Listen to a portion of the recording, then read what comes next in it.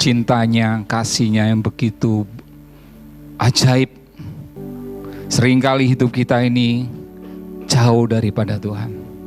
Apapun keadaan kita saat, mungkin kok hari-hari ini jauh dari Tuhan, hari-hari ini kok udah mulai gak setia. Tetapi saya mau katakan, Tuhan tetap setia. Dia tidak pernah mengingkari kasih dan setianya buat hidup kita. Seberat apapun masalah kita, sejauh apapun hidup kita jauh dari Tuhan, Dia tetap Allah yang menunggu kita. Ulangan 28 ayat 13-14. Tuhan akan mengangkat engkau dan menjadi kepala dan bukan menjadi ekor. Engkau akan tetap naik dan bukan turun.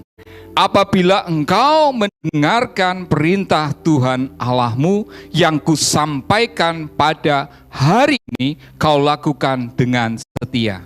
Dan apabila engkau tidak menyimpang ke kanan atau ke kiri dari segala perintah yang kuberikan kepadamu pada hari ini dengan mengikuti Allah lain dan beribadah kepadanya. Kalau kita lihat ayat ini, Tuhan mengangkat kita menjadi apa? Kepala dan bukan menjadi ekor. Di ayat lain kata kita bukan menang tapi lebih dari pemenang. Ini satu hal yang sudah Tuhan katakan. Hidup kita sebenarnya sudah di Tuhan gariskan, kita akan naik, gak akan turun. Tetapi dalam perjalanan hidup kita seringkali orang mengalami naik turun. Setuju saudara? Mengalami. Gak bisa kita sudah tetapkan Tuhan naik terus, iya benar. Tetapi dalam segala sesuatu ada bagian Tuhan dan ada bagian kita. Jangan berpikir dengan ayat ini Tuhan mengangkat kita naik, ya amin. Tetapi kita enggak melakukan setiap bagian yang Tuhan telah tetapkan dalam hidup kita. Kita hanya percaya firman tetapi enggak melakukan setiap apa yang Tuhan mau. Firman Tuhan katakan, jika engkau mendengarkan perintahnya dan tidak menyimpang ke kanan dan ke kiri. Tapi seringkali dalam perjalanan hidup kita, apa yang terjadi ketika kita dengar janji Tuhan, ketika kita dengar apa yang Tuhan katakan, selama perjalanan kita seringkali menyimpang. Dan ketika kita menyimpang jalan yang sudah tetapkan dari Tuhan, seringkali ketika sesuatu nggak berhasil dalam hidup kita, apa yang terjadi? Kita marah. Kita bersungut-sungut. Kita katakan, mana janjimu Tuhan? Mana Tuhan apa yang kau katakan? Tapi kita nggak pernah koreksi diri kita di hadapan Tuhan. Seringkali kita hanya menyalahkan akan apa yang Tuhan katakan, tetapi kita tidak pernah merenungkan apa yang sudah kita buat dan kerjakan di hadapan Tuhan. Ini yang penting. Karena apa? Kalau kita hanya menuntut janji tanpa kita melakukan bagian yang Tuhan suruh dalam hidup kita, percayalah, apa yang kita harapkan dari Tuhan tidak akan terjadi. Kita akan belajar dari sebuah firman Tuhan, Yusuf. Kalau kita lihat Kejadian 37 ayat 1 sampai 11. Kalau saya baca mungkin ayat ini terlalu panjang, saudara. Ya kan? Tetapi saya mau singkat dalam satu cerita. Mungkin cerita ini sering kali kita udah dengar. Kalau ayat 1 sampai 11 katakan ketika Yusuf berumur berapa? 17 tahun. Ya kan? Ketika 17 tahun, Yusuf anak daripada Yakub, Israel. 12 daripada anak Yakub yang paling bungsu.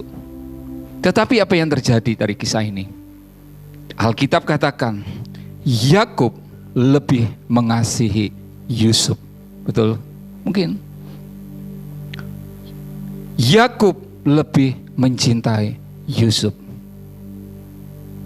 Kalau kita melihat ayat ini, terus kita baca, saudara bisa baca di rumah nanti. Bukan tidak ada alasan Yakub mencintai, mengasihi Yusuf lebih daripada saudara-saudaranya, nggak ada alasan.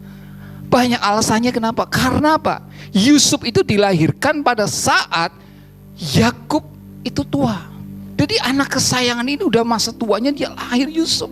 Dia begitu mencintai, dia begitu mengasihi. Iya kan? alasan Yakub seperti, tetapi nggak sadar apa yang dilakukan Yakub ini, apa yang terjadi. Membuat saudara-saudaranya, kalau kita lihat baca firman ini nanti di rumah, menjadi apa? Iri hati. Hati-hati saudara dengan sikap kita sebagai orang tua. Kalau kita punya anak 2 atau 3, kasih kita memang mencintai mereka semua, anak-anak kita. Tetapi kalau kasih itu menunjukkan salah satu lebih dikasihi daripada anak yang lain, hati-hati. Pernah sadar ada suatu timbul iri hati, walaupun gak terkecus. Ini yang dialami oleh saudara-saudaranya. Mulai timbul iri hati. Dari sebuah iri hati itu dibiarkan terus, apa yang terjadi? Kebencian. Apalagi yang terjadi, saudara? Ketika ayahnya ini membuat jubah yang indah, bayangkan. Saudara yang lain gak dikasih jubah, dia diberi jubah yang indah. Wah, tambah benci saudaranya. Benci, tambah benci, tambah benci. Apalagi apa yang terjadi ketika Yusuf mimpi. Dia mimpi yang pertama dia mimpi. Gandum-gandum dia berkasnya kan tegak. Dan semua berkas-berkas gandum dari saudara-saudara akan tunduk menyembah. Bayangkan. Dalam kebenciannya, saudaranya Yakub menceritakan segala sesuatu seperti itu. Akhirnya apa? Saudaranya semakin benci, semakin benci. Enggak selesai itu lagi Tuhan. Mimpi yang kedua lagi, matahari, bulan, bintang, 11 bintang sujud menyembah kepada apa? Yusuf. Apa yang terjadi? Semakin benci. Ini kebencian demi kebencian terus ada dalam diri saudara-saudara. Singkat cerita, apa yang terjadi itu? Dalam kebencian kalau kita lihat dari ayat selanjutnya. Apa yang terjadi saudara?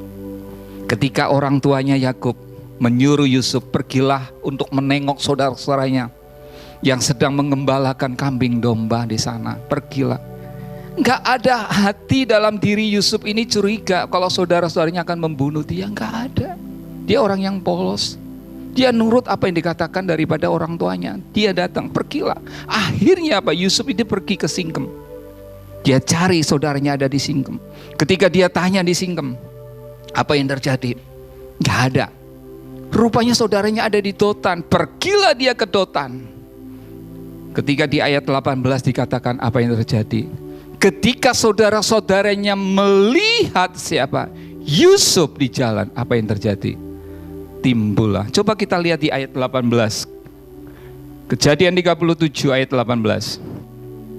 Dari jauh ia telah kelihatan kepada mereka. Tetapi sebelum ia dekat pada mereka, mereka telah bermufakat mencari daya untuk membunuhnya. Bayangkan, dari sebuah iri hati, dari sebuah kebencian, timbullah niat untuk membunuh.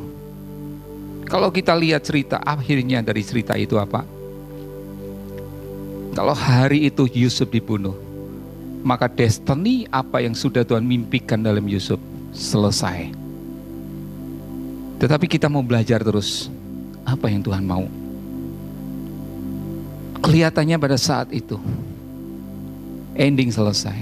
Tetapi di tengah-tengah itu mereka bersepakat bunuh Yusuf.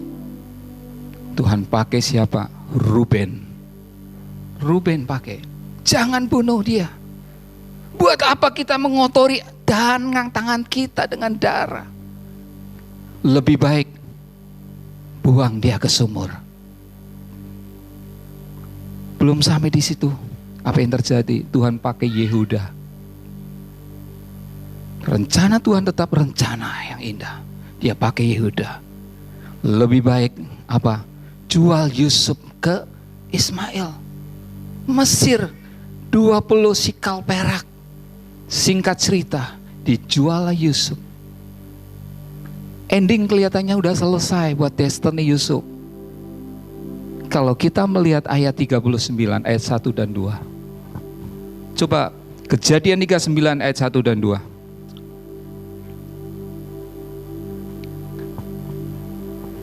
Adapun Yusuf telah dibawa ke Mesir, dan Potifar seorang Mesir pegawai istana Fir'aun, kepala pengawal raja, membeli dia dari tangan orang Ismail yang telah membawa dia ke situ.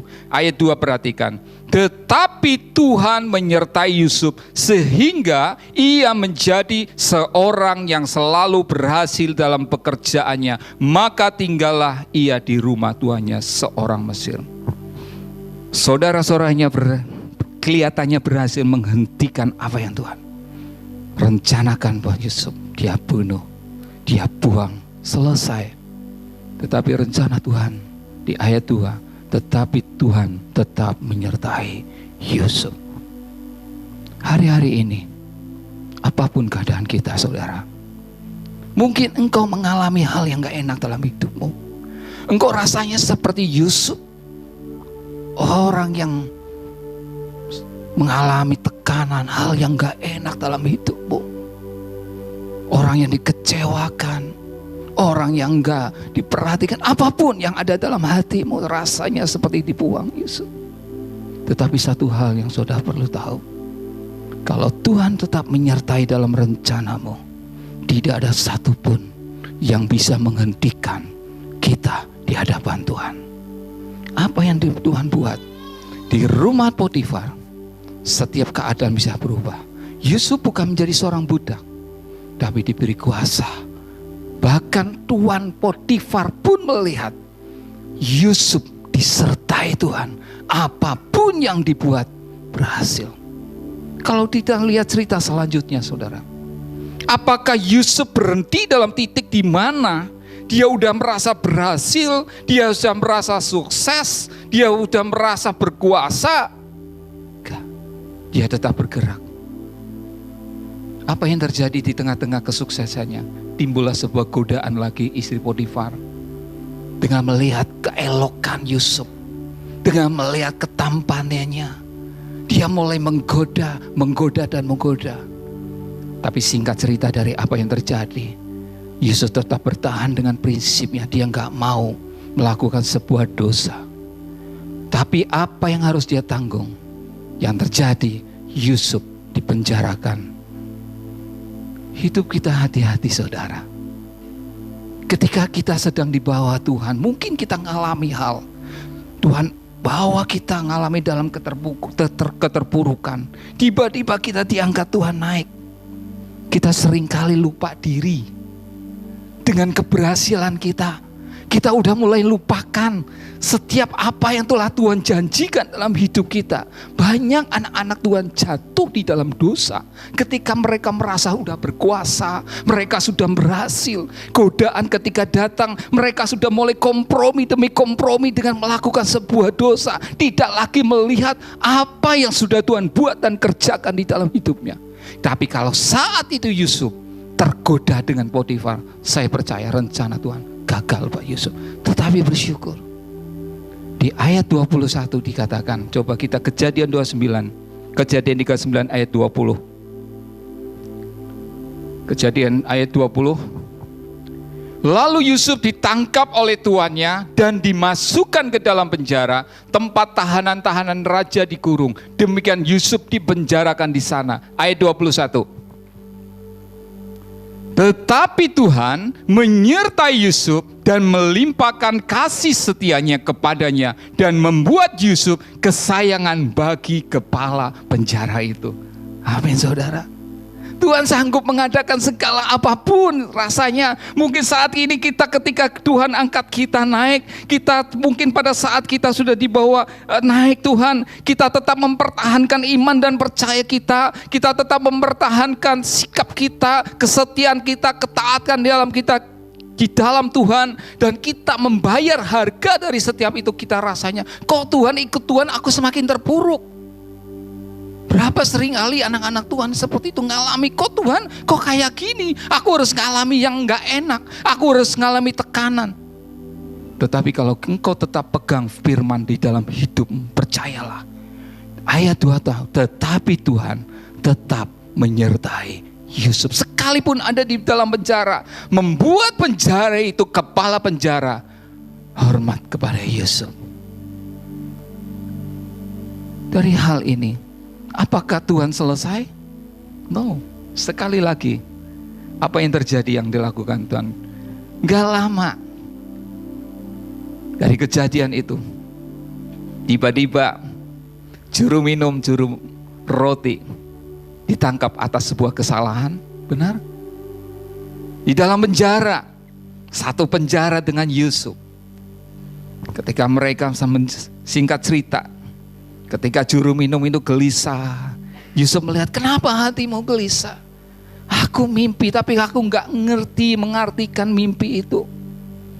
Kemudian Yusuf, dia mulai mengartikan, dia ngomong, hanya Tuhan yang bisa mengartikan semua mimpi. Singkat cerita, ketika mimpinya diartikan oleh Yusuf, bahwa 3 hari lagi kamu akan bebas. Kamu akan dikembalikan segala apa yang sudah kamu dapat oleh Fir'aun. Juru roti pun katakan, aku juga mimpi yang sama seperti ini. Apa artinya? Yusuf katakan, 3 hari lagi juga kamu, bukan kamu dibebaskan, tapi apa yang terjadi? Kamu akan digantung. Tetapi di ayat selanjutnya apa yang terjadi? Pada saat itu Yusuf ngomong sama juru minum. Apa yang terjadi? Pesan Yusuf. Apa yang saudara katakan? Tetapi ingat ya, kalau engkau nanti sudah bebas, ingat aku. Aku gak pernah melakukan seperti apa yang mereka tuduhkan. Benar? Aku gak salah. Dia mencoba membela diri.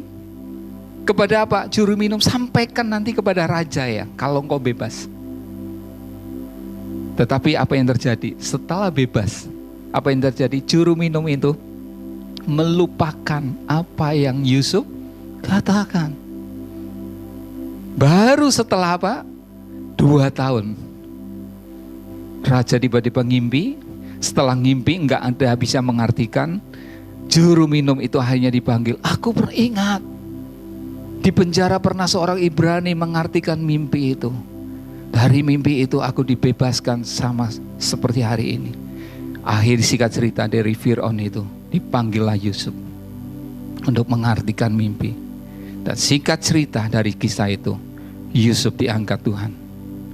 Fir'aun menjadi penguasa. Itu destiny Yusuf. Sekarang, apa yang kita mau belajar dari cerita ini? Ini poin saudara buat kita semua.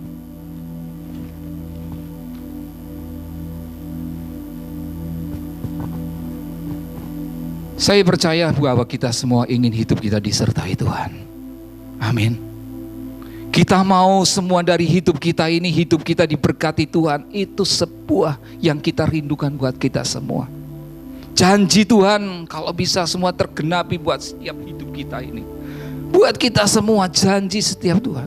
Tetapi dari kisah-kisah ini, bagaimana Yusuf menjadi orang yang disertai Tuhan, orang yang setia, orang yang dipercaya Tuhan. Satu hal yang pertama yang ada dalam diri Yusuf apa? Yusuf menjadi orang yang bersyukur dan menerima apa adanya. Ini penting saudara.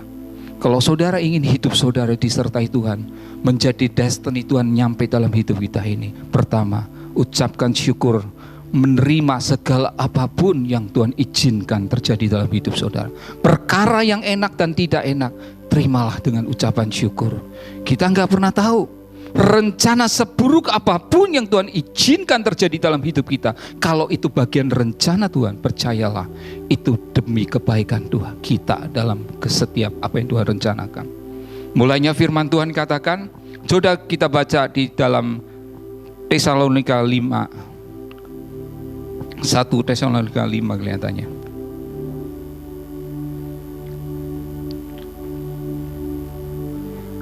Ayat 18 katakan, mengucap syukurlah dalam segala hal, sebab itulah yang dikehendaki Allah di dalam Kristus Yesus bagi kamu.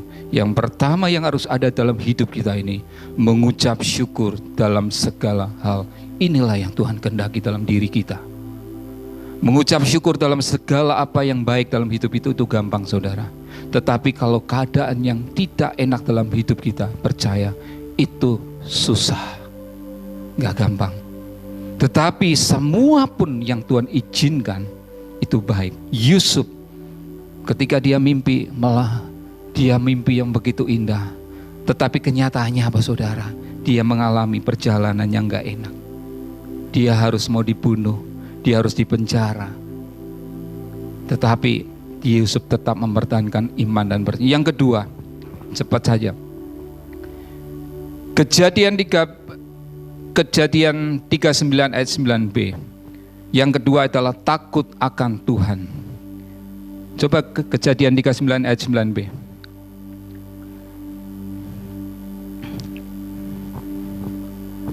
Bahkan di rumah ini ia tidak lebih besar kuasanya daripadaku, dan tiada yang tidak serahkan kepadaku selain daripada engkau, sebab engkaulah istrinya. Ayat 9b katakan, bagaimana mungkin aku melakukan kejahatan yang besar ini dan berbuat dosa terhadap Allah. Yusuf menjadi orang yang gak kompromi dengan dosa. Bagaimana mungkin aku bisa berbuat dosa di hadapan Tuhan? Ini yang harus ada dalam hidup kita.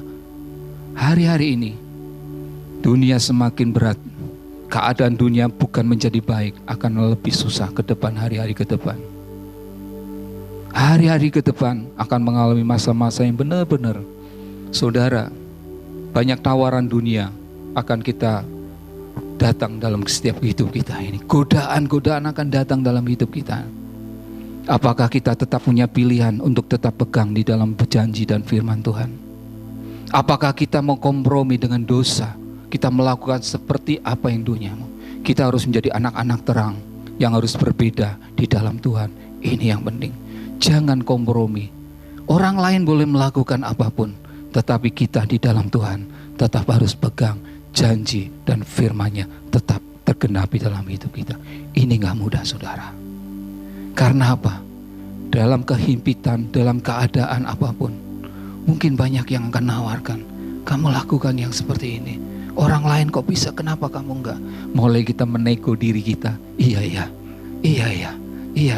enggak apa-apalah, sekali-kali. Orang lain enggak tahu. Ini hari-hari depan yang benar-benar kita jaga di hadapan Tuhan. Sekali-kali jangan kompromi dengan dosa apapun di hadapan Tuhan. Yang ketiga,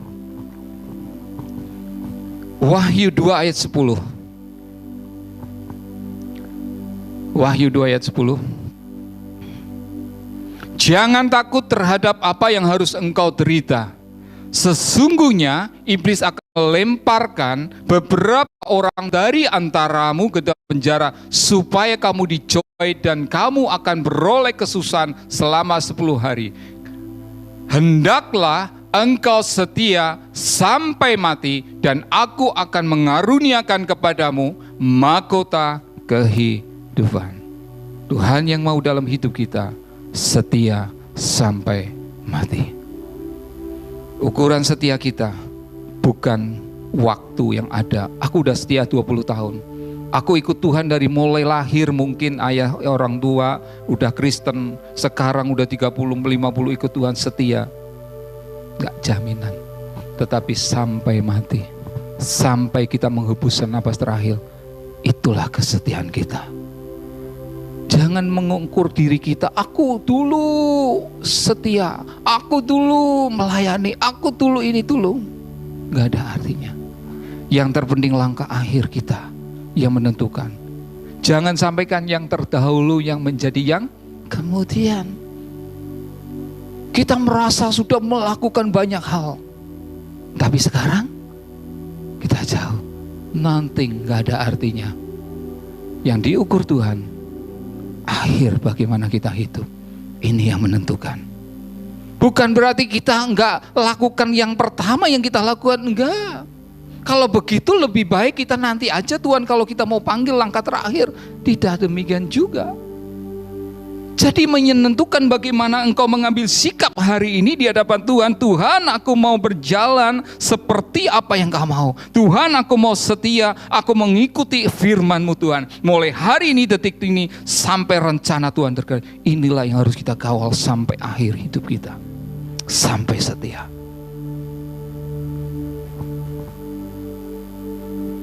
Yang keempat, kerendahan hati dan suka mengampuni. Ini harus ada dalam hidup.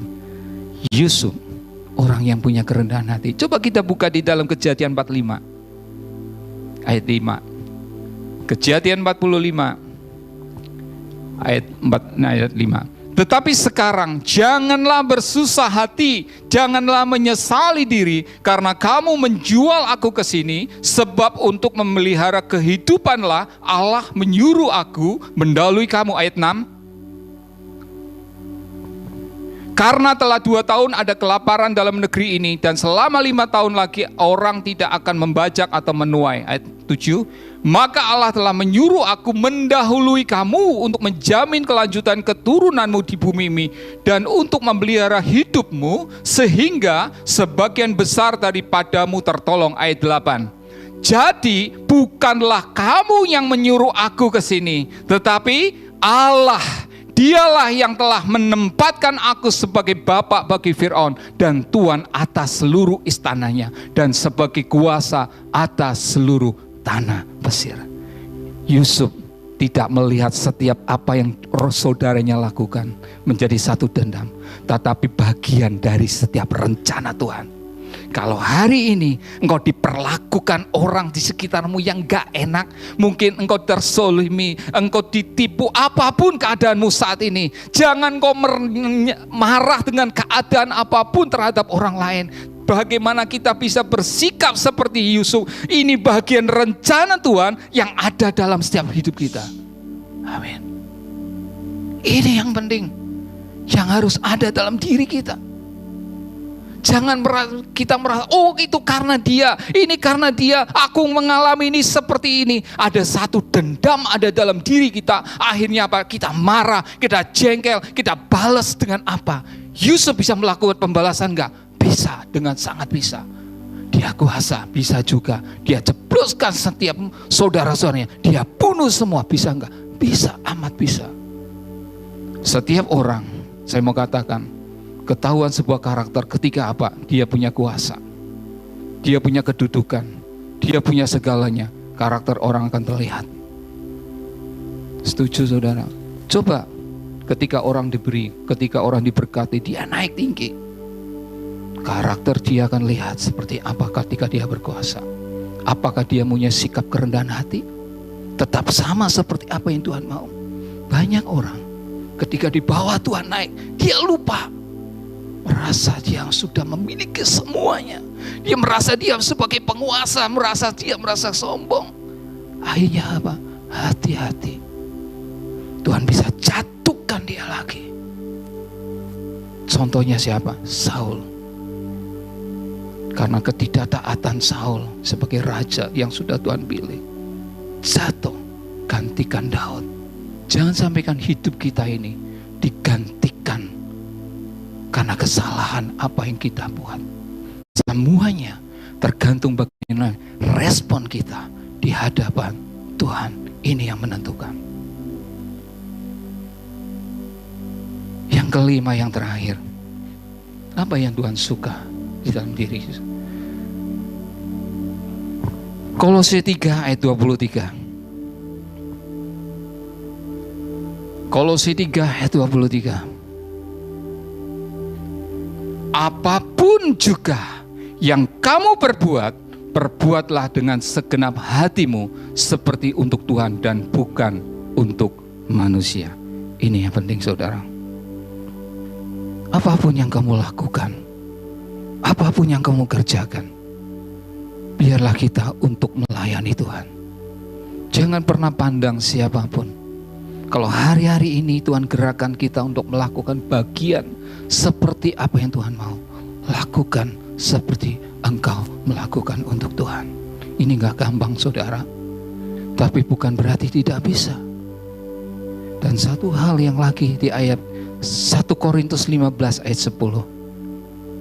1 Korintus 15 ayat 10. Tetapi karena kasih karunia Allah, aku adalah sebagaimana aku ada sekarang, dan kasih karunia dianugerahkannya kepadaku tidak sia-sia. Sebaliknya, aku telah bekerja lebih keras daripada mereka semua, tetapi bukannya aku, melainkan kasih karunia Allah yang menyertai aku.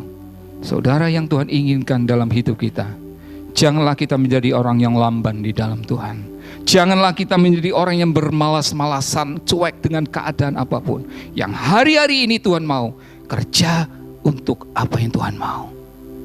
Lakukan sebisa mungkin yang kau bisa kerjakan. Bekerja seperti Rasul Paulus. Tuhan, aku ingin lebih lagi melakukan seperti apa yang kau mau Tuhan. Kalau aku kerja untuk Engkau Tuhan, menyukakan hatimu Tuhan, ini yang harus kita lakukan. Biarlah apa yang kau sampaikan beberapa poin ini menjadi satu hal buat kita semua. Malam hari ini kita belajar dari kisah daripada Yusuf ini. Jangan sampaikan ada sesuatu hal yang gak berkenan di hadapan Tuhan. Ada iri hati, ada kebencian, apapun yang masih melekat dalam hidup kita. Biarlah di akhir tahun ini, buang semuanya. Biarlah kita mau katakan, Tuhan, apapun yang terjadi, aku tahu Engkau tetap menyertai aku Tuhan. Tuhan, dunia boleh bergoncang, keadaan boleh memburuk apapun. Yang terpenting dimanapun aku ada, Engkau tetap ada menyertai hidupku. Itu yang terpenting. Sekalipun aku di lembah kekelaman, Engkau ada di situ Tuhan. Karena itulah yang membuat kami damai sejahtera Tuhan di dalam hidup kita ini.